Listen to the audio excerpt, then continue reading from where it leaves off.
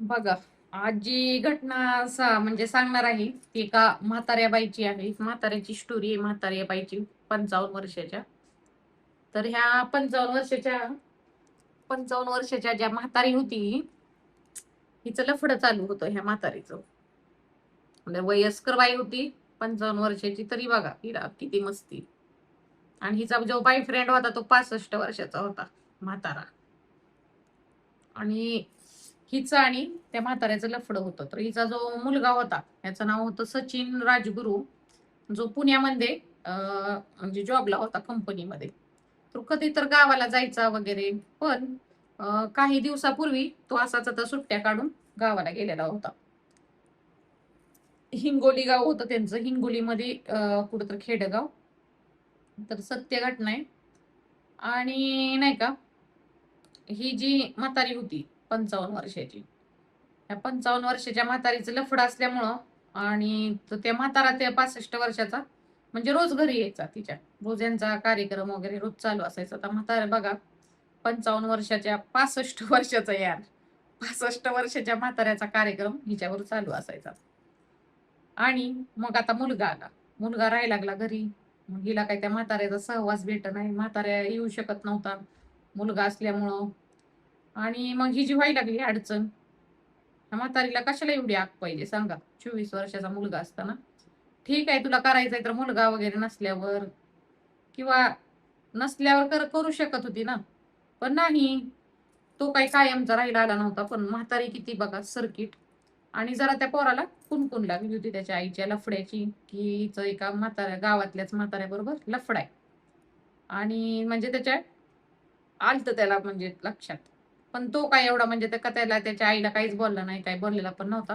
पण त्या म्हातारीच्या मनात अशी भीती वाटायची, की आता हा सगळीकडचं गावात सांगतोय काय, की माझी इज्जत जाईल आणि असं तसं त्या म्हातारीला वाटायचं. त्या थिटकीला असं वाटलं होतं मनातल्या मनात. आणि हा मुलगा खूप म्हणजे नाही का, म्हणजे तिथंच राहत होता आणि ह्या म्हातारीला मग ते 65 वर्षाच्या प्रियकरासाठी मोकळीक पाहिली होती. हे मुलगा तिला अडचण होत होता. एवढा मोठा बघा मुलगा. आता हिच्यासाठी नाही का, तो उद्याचा आधार बनला असता. हा 65 वर्षाचा म्हातारा हिला किती दिवस सांभाळणार होता थिटकीला. तर एवढा मोठा मुलगा लहानाचं शिकवलं, त्याला मोठं केलं आणि ह्या म्हातारीनं त्याचा काटा काढायचा ठरवला. काय बिटडोक म्हातारी असेल बघा. हं. तर हिनं काय केलं, हिच्या 65 वर्षाच्या प्रियकराने आणि ह्या दोघांनी मिळून त्या मुलाची एका माणसाला 25,000ची सुपारी दिली, फक्त 25,000ची. आणि 25,000त त्या मुलाचा नाही का कार्यक्रम करायला सांगितला त्याचा. म्हणजे त्याचा काटा काढायला. तर तिथल्याच म्हणजे त्याला नाही का म्हणजे त्यांच्याच तिथल्या मग त्याला दारू वगैरे खूप पाजली आणि कुठं त्याला शेतात नेलं आणि दारूच्या नशेत मग त्याला डोक्यात मोठा असा दगड घालून त्याचा खून केला आणि त्याचा मृतदेह झुडपात फेकून दिला.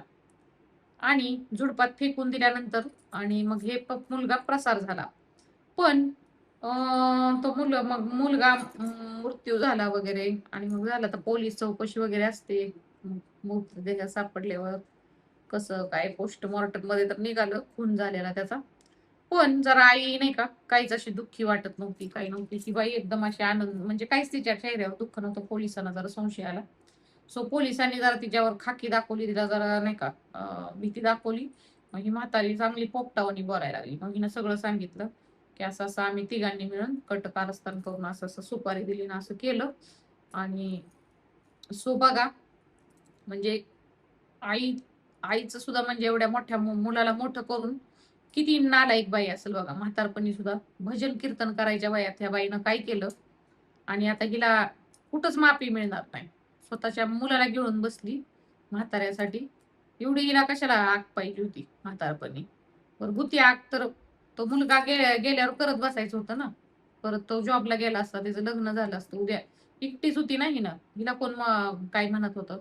म्हाताऱ्याबरोबर म्हणजे हिला राहिलेलं आयुष्य म्हाताऱ्याबरोबर राहायचं होतं.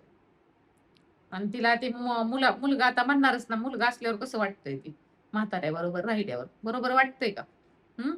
म्हणजे मुलाचा काटा काढून तिला त्या म्हाताऱ्याबरोबर राहायचं असतं. पण म्हाताऱ्याबरोबर राहिलं तर गावातली लोकं नाहीत होय हे करणार. ऑब्जेक्शन म्हणजे नावं ठेवणार. काय बाई बाबा बिनडोकीची.